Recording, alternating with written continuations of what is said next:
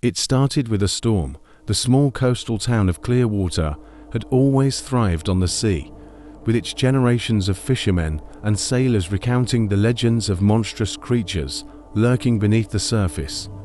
But none had ever believed in the tales of the giant Kraken until the storm came. The sky turned black as thunder rolled in, waves crashing violently against the shore.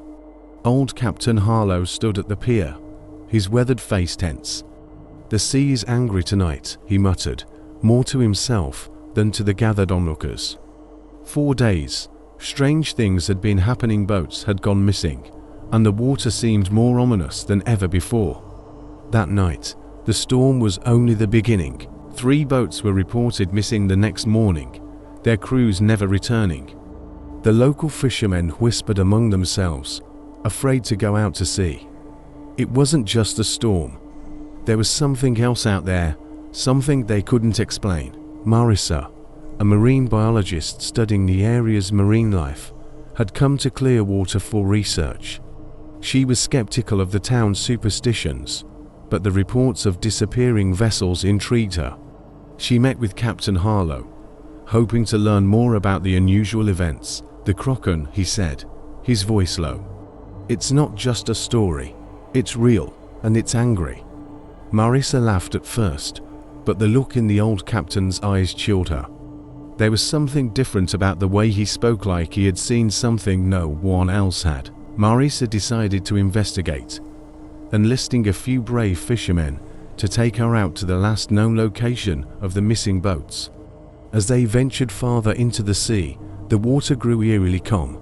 The silence was unsettling, broken only by the sound of the waves gently lapping against the boat. Suddenly, the boat lurched violently. Something enormous brushed against the hull.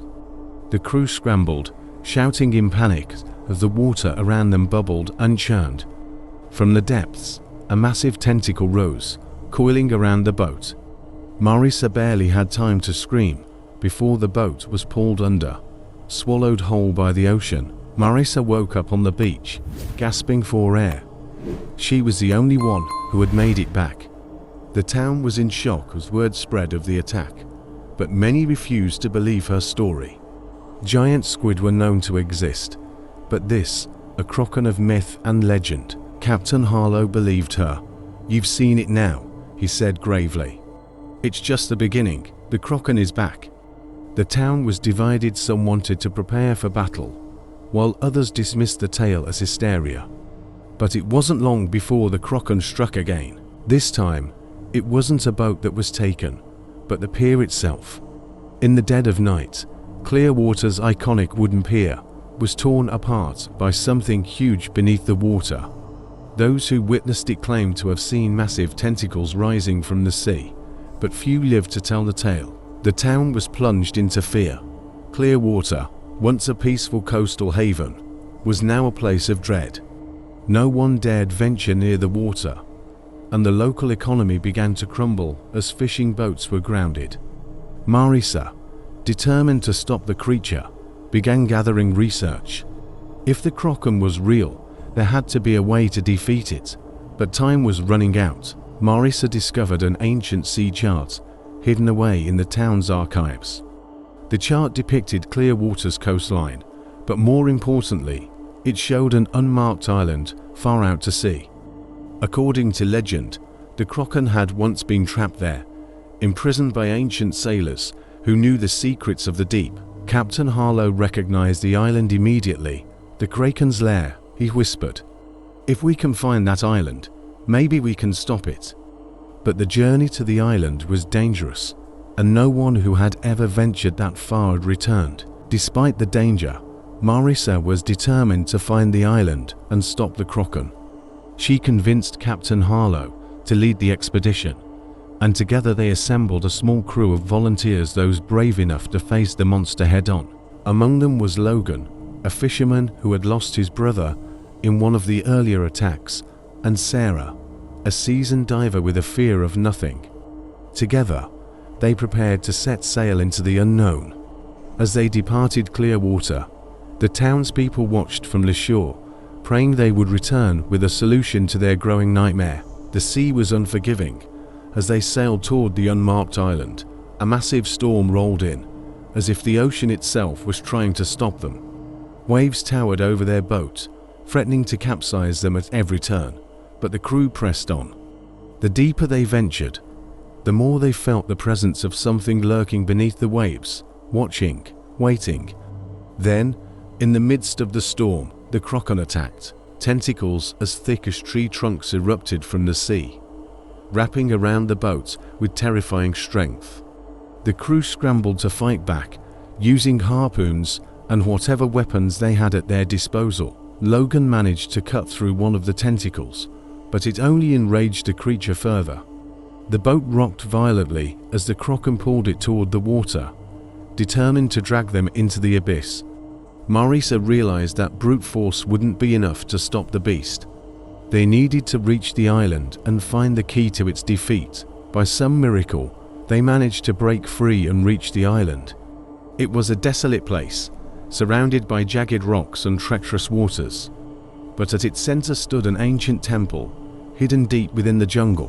The temple, according to legend, held the secret to controlling the Kraken. But as they entered, they discovered that they weren't the first to seek its power. Skeletons of long-dead sailors littered the floor, their remains a grim reminder of the island's deadly history. At the heart of the temple, they found an ancient artifact, a stone amulet inscribed with symbols no one could understand. The amulet, they learned, had once been used to bind the Kraken to the island.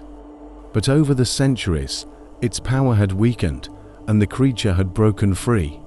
Captain Harlow, knowing the weight of the situation, decided to take the amulet and use it to trap the Kraken once more.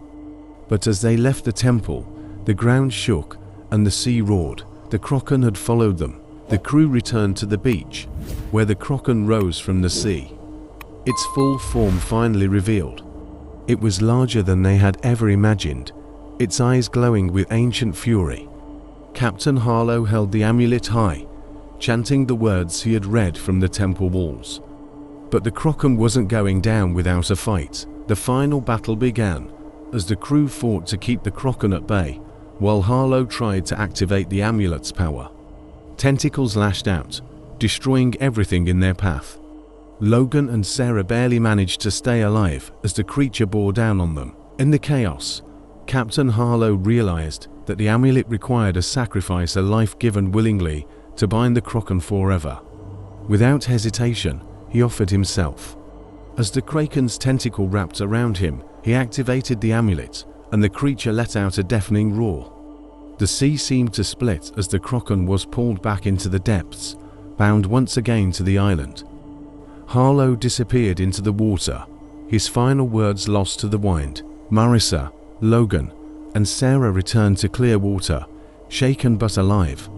The Kraken was gone, its curse lifted, and the sea was calm once more. The town mourned Captain Harlow's sacrifice, but they knew that his actions had saved them all. The legend of the Kraken would live on, but now it was a tale of victory, not of terror. Years passed, and life in Clearwater returned to normal. The town thrived once more, and the memory of the Kraken began to fade. But Marisa couldn't shake the feeling that the sea was still watching, that something ancient and powerful remained beneath the surface, waiting for the day when the amulet's power would fail again.